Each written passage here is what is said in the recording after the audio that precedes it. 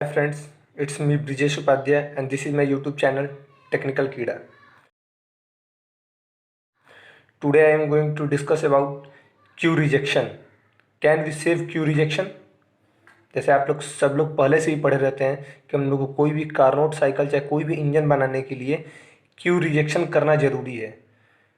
तो आज मैं इसको प्रैक्टिकली डिस्कस करूँगा कि क्यों Q रिजेक्शन ज़रूरी है। आप इसका फिजिकल सिग्निफिकेंस समझेंगे कि क्यों हमको Q रिजेक्शन करना ज़रूरी ही है। So there are certain question: why Q rejection, why not remove the condenser, and what about the making an engine with 100% efficiency। जैसे कि हम सब जानते हैं कि हम लोग जब भी कोई इंजन बनाते हैं तो एक उसका कुछ पार्ट हम लोग किसी रिवर, लेक या एटमॉस्फेयर में हम लोग रिजेक्ट कर देते हैं।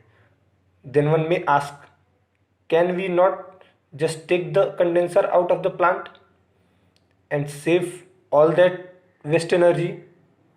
The answer of this question is unfortunately a firm no, for the simple reason that without Q rejection process in a condenser, the cycle cannot be completed.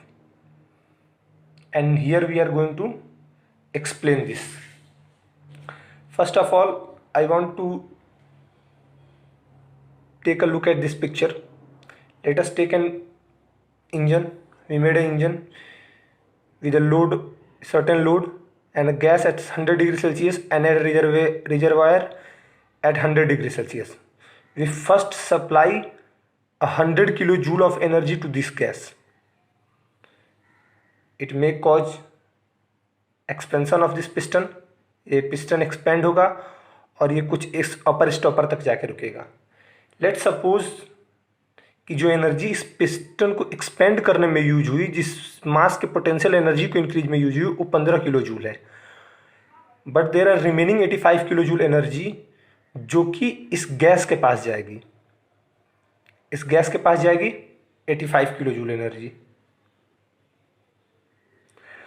तो one को make question कि इस 85 joule energy से क्या होगा? इस gas का temperature बढ़ेगा।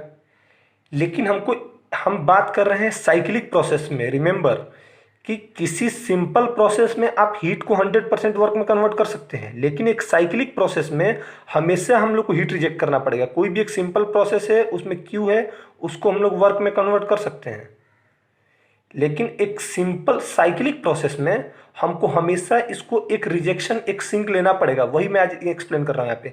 यहाँ पे 90 डिग्री सेल्सियस पे है गैस और ये 85 किलो जूल है।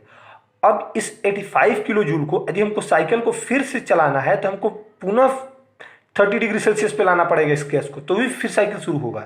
इस 35 डिग्री सेल्सियस को लाने के लिए हमको इस 85 जूल को यूज करना पड़ेगा। अब तो हम वर्क ले चुके हैं, इस लोड को हटा चुके हैं, तो एक काम ये कर सकते हैं कि 85 किलो जूल को फिर से ट्रांसफर कर दे इस रिजर्वायर को 100 डिग्री सेल्सियस पे।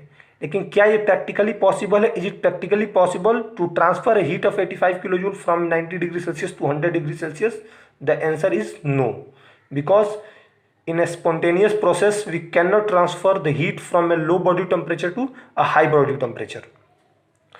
So इस हीट को ट्रांसफर करने के लिए और इस सिस्टम को पुनः 30 डिग्री सेल्सियस पे लाने के लिए, ताकि एक साइकिल कंप्लीट हो सके, हमको एक सिंक लेना ही पड़ेगा। And even the temperature of the sink should be lower than the earlier temperature of the gas. इसलिए एक हम 20 डिग्री सेल्सियस का सिंक लेंगे और जिसको कि ये हम लोग हीट ट्रांसफर करेंगे।